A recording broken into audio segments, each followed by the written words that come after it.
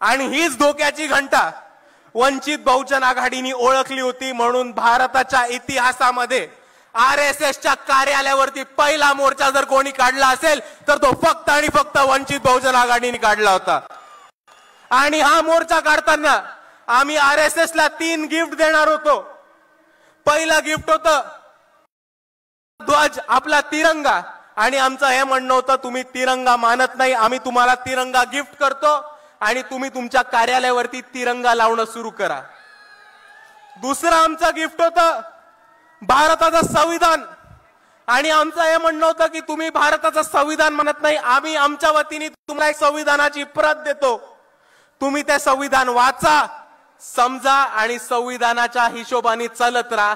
हा आमचा दुसरा त्यांना गिफ्ट होता. आणि नोंदणी नसलेल्या ह्या संघटनेला आमचं तिसरं गिफ्ट होतं पब्लिक रजिस्ट्रेशन ऍक्ट. हे सांगण्यासाठी की तुमची नोंदणी नाही झाली आहे, हे महाराष्ट्र राज्याचं पब्लिक रजिस्ट्रेशन ऍक्टची कॉपी आहे, ही वाचा, ही समजून घ्या आणि तुम्हाला ह्या पब्लिक रजिस्ट्रेशन ऍक्ट खाली स्वतःला रजिस्टर करून घ्या. पण आरएसएसचा एकही माणूस आला नाही आणि आरएसएसच्या कोणत्याही माणसाने हे गिफ्ट स्वीकारलं नाही.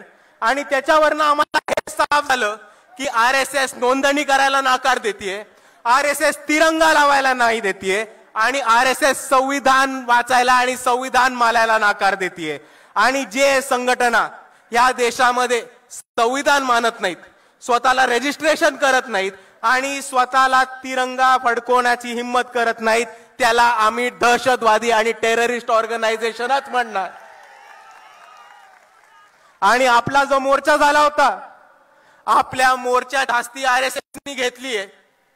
आपल्या मोर्चाची धास्ती बरोबर आरएसएसनी घेतलीये. नाव घेतलं नाही आपलं, बहुतेक घाबरत असतील, नाव घेतलं नाही आपलं, पण मोहन भागवतांनी बरोबर उत्तर दिलं आपल्याला. आणि ते काय म्हणाले की आमची नोंदणी ही आमची स्थापना ही ब्रिटिश काळामध्ये झाली होती, म्हणून भारत स्वातंत्र्य झाल्यानंतर आम्हाला परत नोंदणी करायची गरज नाही. आणि जर मोहन भागवतांना असं वाटत असेल तर त्यांना मला एकच गोष्ट सांगायची आहे की जर तुमची स्थापना ब्रिटिशांच्या काळी झाली होती आणि भारत स्वतंत्र देश झाल्यानंतर संविधान लागू झाल्यानंतर तुम्हाला स्वतःची नोंदणी करायची नव्हती, तर मग या देशात थांबलात कशाला? ब्रिटिशांबरोबरच निघून जायचं होतं ना. पण होती बसलात. आणि म्हणून मी आरएसएसला एकच गोष्ट सांगतो कि इस देश में रहना होगा तो संविधान मानना होगा. बोला माझ्या बरोबर, इस देश में रहना होगा, इस देश में रहना होगा, अगर इस देश में रहना होगा.